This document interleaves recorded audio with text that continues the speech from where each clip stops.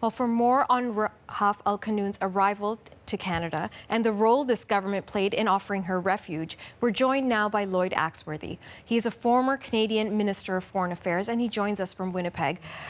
Mr. Axworthy, thank you so much for making time for us today. I want to begin because I'm trying to get everyone to sort of assess that scene at the airport. So you've got this young 18-year-old Saudi woman who's taken this long flight, arrives in Toronto. She's wearing the Canada hoodie, and wrapped around her is the Minister of Foreign Affairs, Chrystia Freeland. What were you thinking as that scene played out? Well, I was thinking that once again that Canada is showing some leadership. And I think in a particular way, in the whole situation of women who are refugees, it brings home the fact that there is high levels of discrimination, abuse. I was just down at the camps on the Mexican border of Tijuana and found out that women are not being allowed by U.S. officials to claim domestic violence or gang violence as a basis for applying to be a refugee.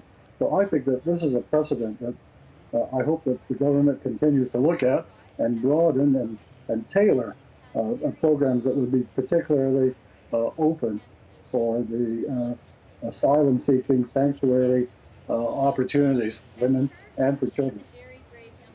Sir, the audio is a little difficult to hear you, so if I may, I'll ask you to speak up just a little bit. But is this something that's encouraging from your vantage point? Should there be more young women taking up their cell phones, tweeting and saying, I need help? And should more countries like Canada be stepping forward?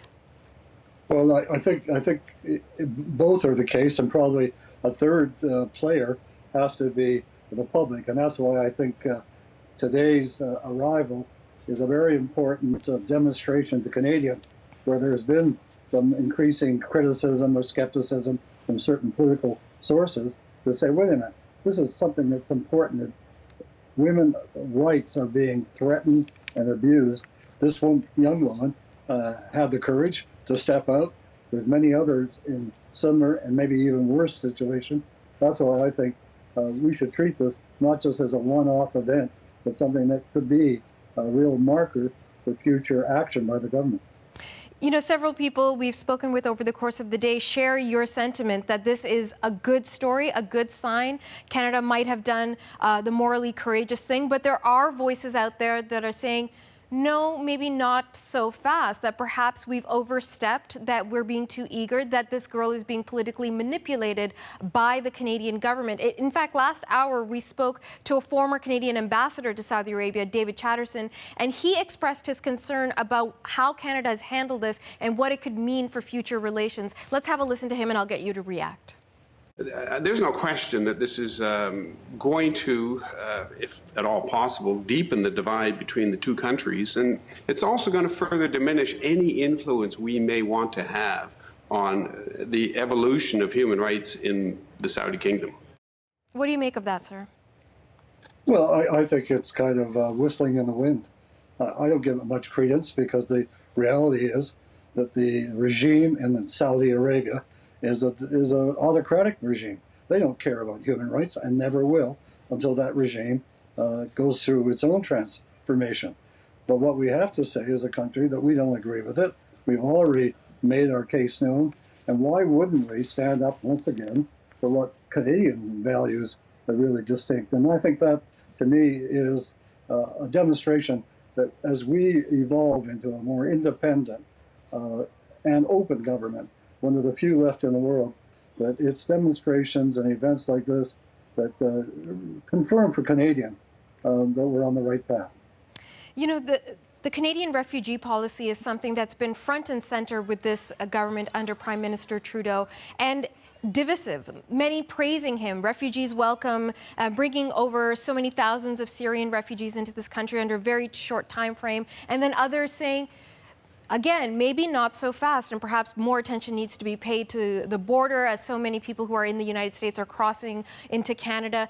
Where do you think this particular example with Rahaf is going to lie in the end? Is this going to be something that the Prime Minister can feel good about at the end of the day?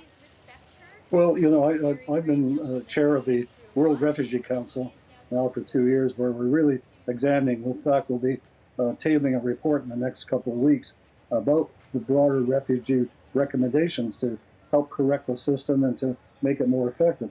And there is no distinction or difference between having an effective border management, but still maintaining an openness and a willingness to bring in those who have been badly abused or violated. So I think that it's not a two-sided argument. It really is one that you have to have a coherent immigration policy that takes account of both how the border is managed, but also how you also keep that border open. That's the key to a good immigration policy. And I think examples like we had today shows that there is a need for it.